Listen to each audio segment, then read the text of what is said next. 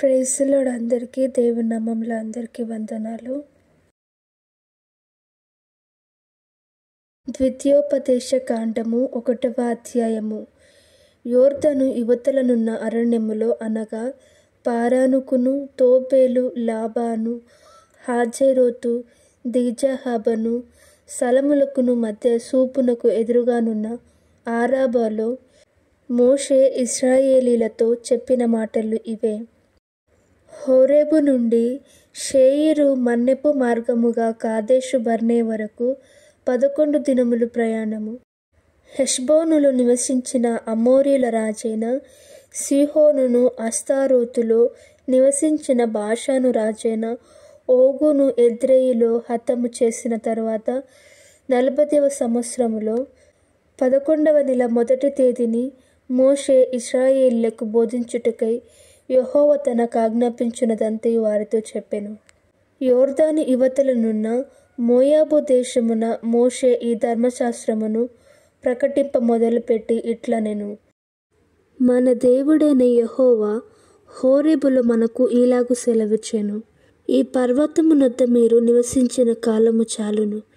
మీరు తిరిగి ప్రయాణమై అమోరీల మన్నెమునకు, ఆరాబులోను, మన్నెములోను, లోయలోను, దక్షిణ దిక్కున సముద్ర తీరములనున్న స్థలములన్నిటికిని, కనాను దేశమునకు, లెబానోనుకును, మహానది అయిన యూఫ్రటీసు వరకును వెళ్ళుడి.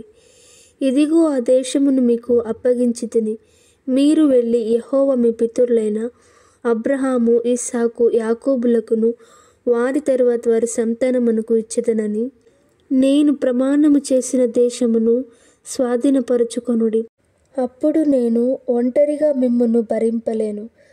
మీ దేవుడైన యెహోవా మిమ్ము విస్తరింపజేసెను గనుక నేడు మీరు ఆకాశ నక్షత్రముల వలె విస్తరించి ఉన్నారు. మీ పితరుల దేవుడైన యెహోవా మీ జనసంఖ్యను 1000 రెట్లు ఎక్కువ చేసి తాను మీతో చెప్పినట్లు మిమ్మును ఆశీర్వదించునుగాక. నేనొక్కడనే మీ కష్టమును, మీ భారమును, మీ వివాదమును ఎట్లు భరింపగలను? జ్ఞాన వివేకములు కలిగి మీ గోత్రములలో ప్రసిద్ధి చెందిన మనుషులను ఏర్పరచుకొనుడి. వారిని మీ మీద నియమించుదనని మీతో చెప్పగా మీరు నీవు చెప్పిన మాట చొప్పున చేయుట మంచిదని నాకు ఉత్తరం ఇచ్చితిరి. కాబట్టి బుద్ధి కలిగి ప్రసిద్ధులైన మీ గోత్రములోని ముఖ్యులను పిలిపించుకొని మీ గోత్రములకు న్యాయాధిపతులుగా ఉండుటకే 1000 మందికి ఒకడును, 100 మందికి ఒకడును, 50 మందికి ఒకడును, 10 మందికి ఒకడును వారిని మీ మీద నేను నియమించితిని. అప్పుడు నేను మీ న్యాయాధిపతులతో మీ సహోదరుల వ్యాజ్యములను తీర్చి ప్రతి మనుషునికిని, వాని సహోదరునికిని, వాని యొద్దనున్న పరదేశికిని న్యాయమును బట్టి మీరు తీర్పు తీర్చవలెను. తీర్పు తీర్చినప్పుడు అల్పుల సంగతి గాని, గనుల సంగతి గాని పక్షపాతము లేకుండా వినవలెను. న్యాయపు తీర్పు దేవునిదే. కాబట్టి మీరు మనుష్యుని ముఖము చూచి భయపడవద్దు. మీకు అసాధ్యమైన కఠిన వ్యాజ్యమును నా యొద్దకు తీసుకొని రావలెను. నేను దానిని విచారించుదనని వారికి ఆజ్ఞాపించితిని. మరియు మీరు చేయవలసిన సమస్త కార్యములను గూర్చి అప్పుడు మీకు ఆజ్ఞాపించితిని. మనము హోరేబు నుండి సాగి మన దేవుడైన యెహోవా మనకు ఆజ్ఞాపించినట్లు మీరు చూచిన ఆ ఘోరమైన మహా అరణ్యముల నుండి వచ్చి అమోరీల మన్నెపు మార్గమున కాదేషు బర్నేకు చేరితిమి. అప్పుడు నేను మన దేవుడైన యెహోవా మనకిచ్చుచున్న అమోరీల మన్నెమునకు వచ్చి ఉన్నాము. ఇదిగో నీ దేవుడైన యెహోవా ఈ దేశమును నీకు అప్పగించెను. నీ పితరుల దేవుడైన యెహోవా నీతో సెలవిచ్చినట్లు దాన్ని స్వాధీనపరచుకొనుము. భయపడకుము, అధైర్యపడకుమని నీతో చెప్పితిని. అప్పుడు మీరందరూ నా యొద్దకు వచ్చి మనకంటే ముందుగా మనుషులను పంపుదము. వారు మన కొరకు ఈ దేశమును వేగు చూచి తిరిగి వచ్చి అందులోనికి మనము వెళ్ళవలసిన త్రోవను గూర్చి, మనము చేరవలసిన పురములను గూర్చి మనకు వర్తమానము చెప్పుదురంటిరి. ఆ మాట మంచిదనుకొని నేను గోత్రమొక్కంటికి ఒక మనుషుని చొప్పున 12 మనుషులను పిలిపించుతిని. వారు తిరిగి ఆ మన్యమునకు పోయి ఎష్కోలు లోయకు వచ్చి దాని వేగు చూచి ఆ దేశ ఫలములను చేత పట్టుకొని మన యొద్దకు తీసుకొని వచ్చి మన దేవుడని యెహోవా మనకిచ్చుచున్న దేశము మంచిదని మనకు తెలియచెప్పిరి. అయితే మీరు వెళ్ళనులక మీ దేవుడని యెహోవా సెలవిచ్చిన మాటకు తిరగబడి మీ గుడారములలో సణుగుచు యెహోవా మన యందు పగబట్టినందున మనలను సంహరించినట్లు అమోరీయుల చేతికి మనల అప్పగించుటకు ఐగుప్తు దేశముల నుండి మనలను రప్పించి ఉన్నాడు. మనమెక్కడికి వెళ్ళగలము?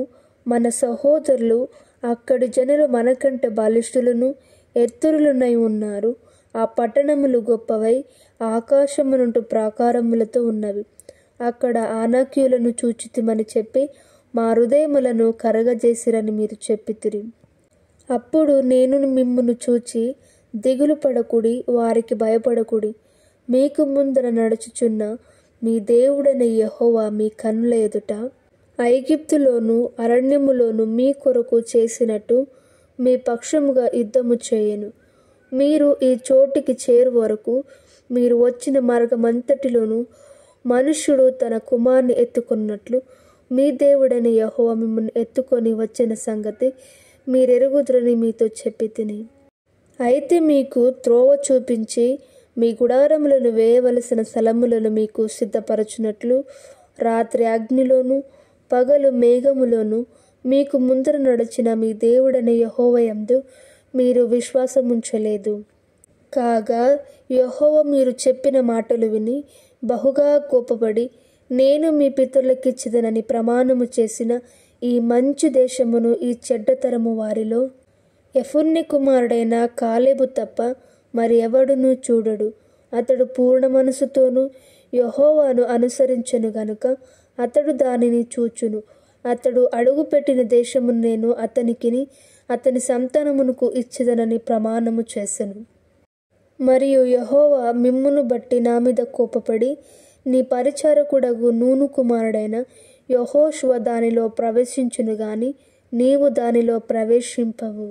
అతడు ఇశ్రాయేలీయులు దాన్ని స్వాధీనపరచుకొన చేయును గనుక అతని ధైర్యపరచుము.